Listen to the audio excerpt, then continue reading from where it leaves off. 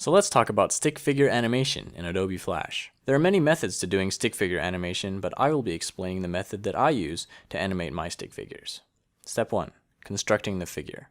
To draw the stick figures, I use a tablet. In my opinion, there's no tablet that is the best. A small, cheap tablet is sufficient to draw stick figures, but if you want a bigger drawing area and more features, then a larger, more expensive tablet or Cintiq monitor will give you that. Also, using a mouse can work too, if you can't afford a tablet. I use the brush tool to draw my stick figures.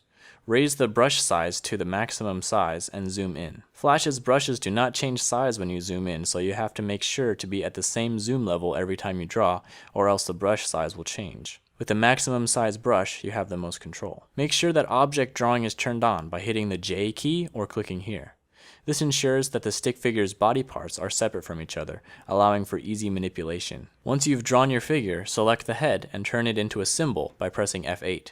This makes it so you never have to draw the head again, and you won't have to worry about it changing size or shape throughout the animation. Select the line tool and draw a line on a separate layer, holding down Shift to mark the height of your stick figure as well as the waist level.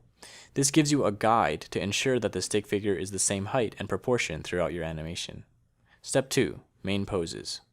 Many animators do the straight ahead animating technique, which involves drawing the first frame, then drawing the second frame, then the third frame, and so on.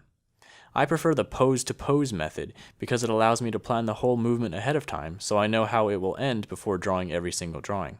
To make a new pose, click F6 to create a copy of the frame, hold down Shift and Control, deselect the head, and delete the rest. I have set the button on my tablet pen to trigger the delete key, which makes the process much faster since my hand doesn't have to reach onto the keyboard to hit delete. Turn on your onion skin here to see the previous frame, then you move the head to the next position and fill in the body.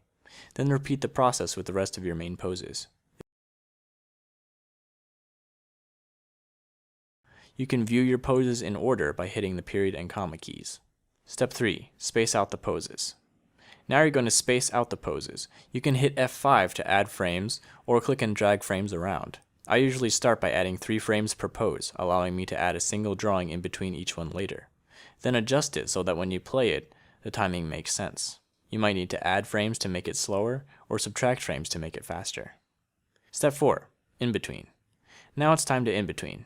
This means making a new frame in between 2 main poses, turning on the onion skin, and drawing the pose that fits in between the 2 poses. Be smart about it. The in-between doesn't always have to be the 50% mark between the 2 poses. For example, if a character is coming from a state of rest to a sudden movement, the in-between may feel more realistic if drawn closer to the state of rest, imitating an ease in. You can also accomplish this by doing in-betweens inside of in-betweens, only in-betweening the drawing closer to the state of rest each time. But in general, you should draw your in-betweens at the midpoint between the 2 drawings. Also, it is not necessary to draw a new drawing every time. Avoid it whenever possible, because taking what is already drawn and manipulating it will not only be easier, but also smoother because it is the same drawing. Step 5. Adjust as necessary. Then play back your animation and make any adjustments as needed. If an area is too fast, you might need to space out some frames with F5 and add an in-between or 2. If it is too slow, you can remove frames using Shift F5 to make it faster. And that is the basic process for stick figure animation that I use in my videos. First, you construct the figure, lay out the main poses, space out those poses, do the in-betweens, and adjust as necessary. So I hope this helped you, and if it did, please leave a like, and continue to give me suggestions for future tutorials in the comments. So thanks for watching, and I'll see you in the next video.